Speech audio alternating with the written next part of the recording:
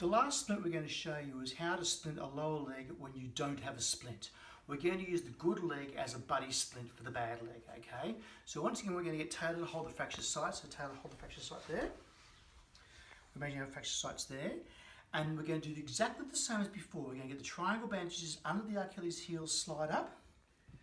So we get our first one here. This is a good leg out of the way. We slide this up here. And then we get the other one and slide once again under the knee. Okay, now we're going to use this other leg as a buddy splint. So we bring the good leg, which can be moved quite easily over there.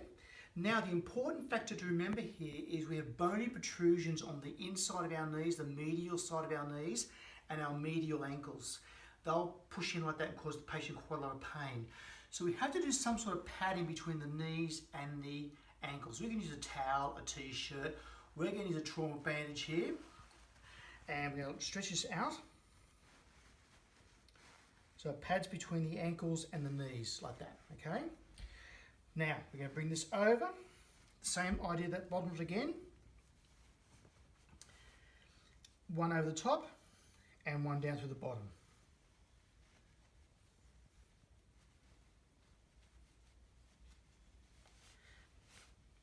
Get our purchase and tie our reef knot.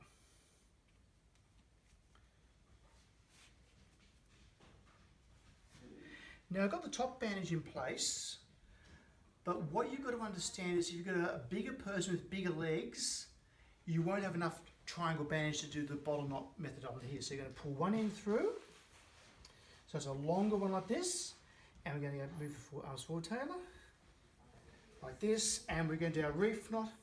Just come in the front here, so I'll hold the fracture side here, come in the front.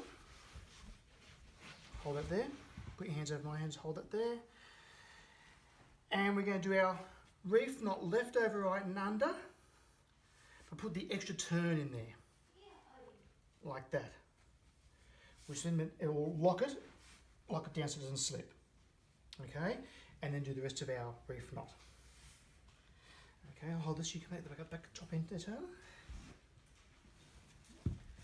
Now, the last thing we have to do for this one, hold the fracture side please, both legs, is our patient's feet can still move. When the patient's feet can still move, that's going to cause tension where the fracture side is. So we're going to do a third sling under the feet on what we call a figure eight. So we're going to get another sling. We're going to roll this up like this.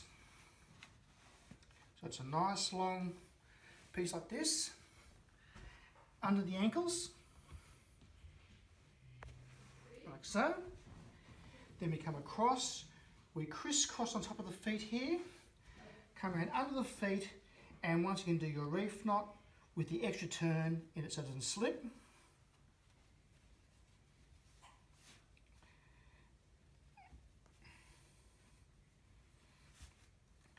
And then finish off your reef knot there.